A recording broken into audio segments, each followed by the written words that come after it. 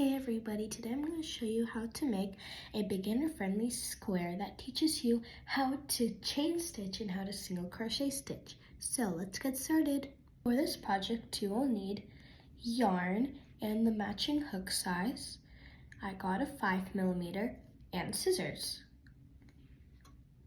First thing you're going to do is take your yarn, unwind it so it makes a loop along thread. Then, to make a slip knot, you're going to take the end of the yarn tail and then you're going to loop it around like that. So it makes a perpendicular cross while also having a loop. Then you're going to take that loop and then put it on the string part that connects to the ball. After you take that loop, so it's there, you're going to pinch the loop. You're going to pinch the string that's underneath the loop and then hold the yarn tail in the yarn part that's connecting to the ball and pull. Now you got yourself a slip knot. And then we have to insert our hook. So you have to push it through the slip knot, and to tighten it you're going to have to tug on the yarn that's connected to the ball.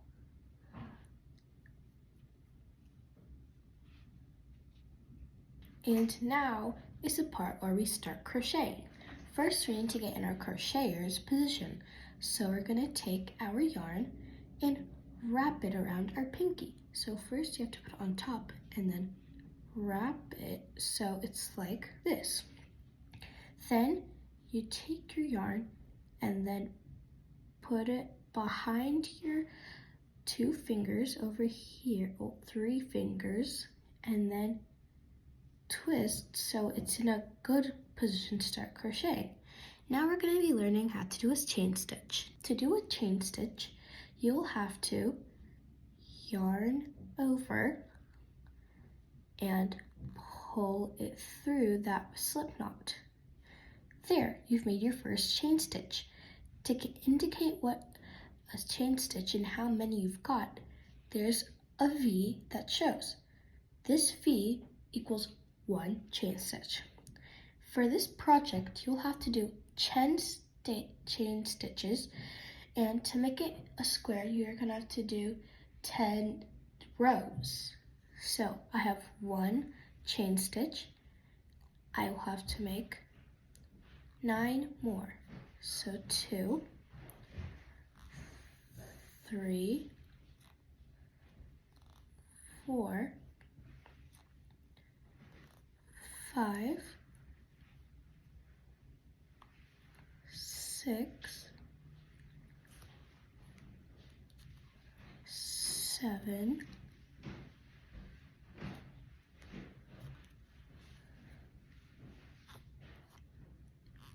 8, 9, 10.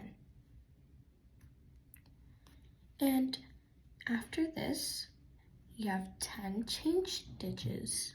To start the second row, what I usually do is, I'm not sure if this is a real stitch, but I yarn over, but instead of pulling it through, I go inside the stitch that I just did. So the stitch connecting onto my loop on the yarn, I go in there. It kind of takes a little work, and I go through that one V only, just that one, like that one part of the V, the top part, go through it,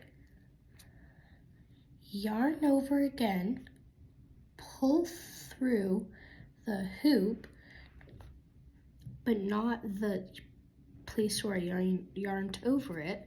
This takes a lot of time. Well, not a lot of time, but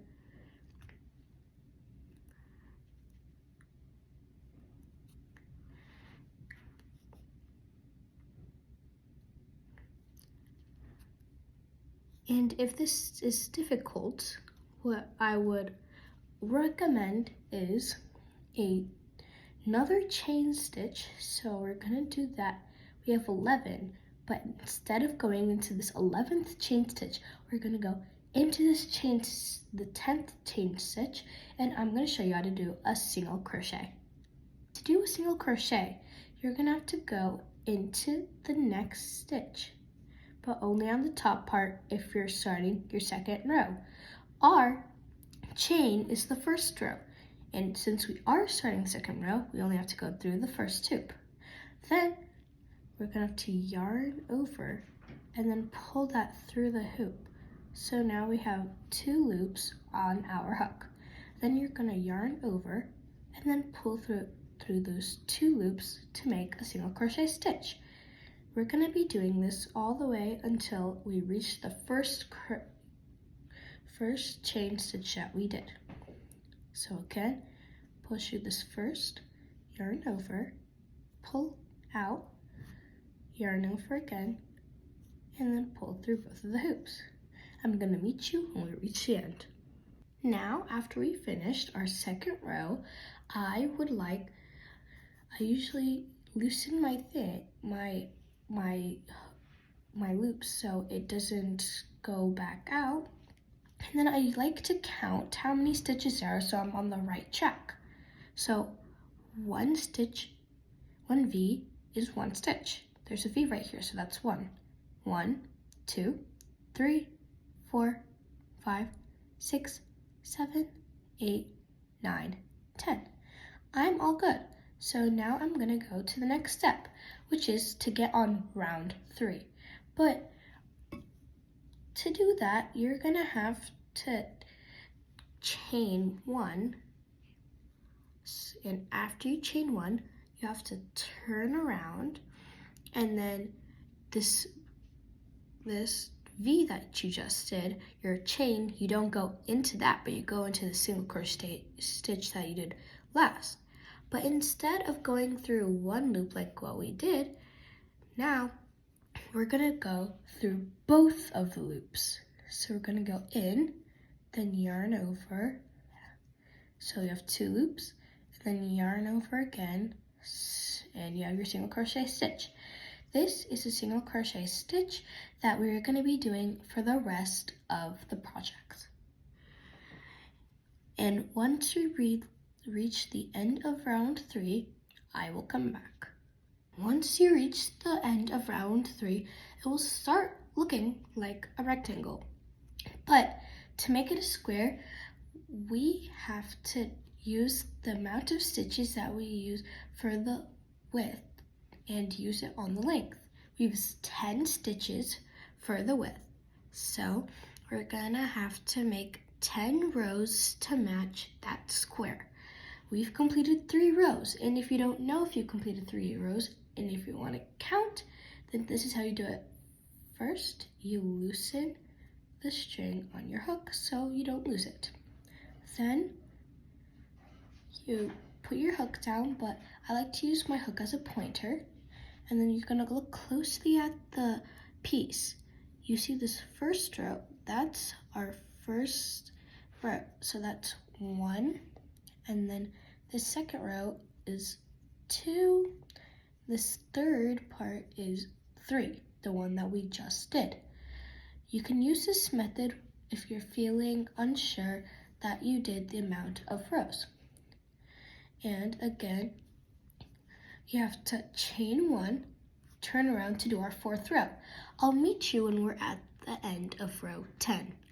At the end of round 6, it should be looking like this, and when you get this far, I like to use a different method to counting your stitches.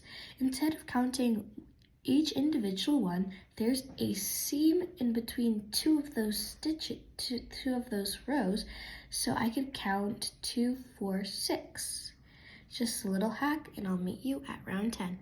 As I finish the last 3 stitches in round 10, you're gonna have to start to fasten up. So after you're done with those stitches, you're gonna have a square. To end the square, you're gonna take your scissors and cut a 6 inch long string. And then what I like to do is I'm gonna loosen it, but not all the way.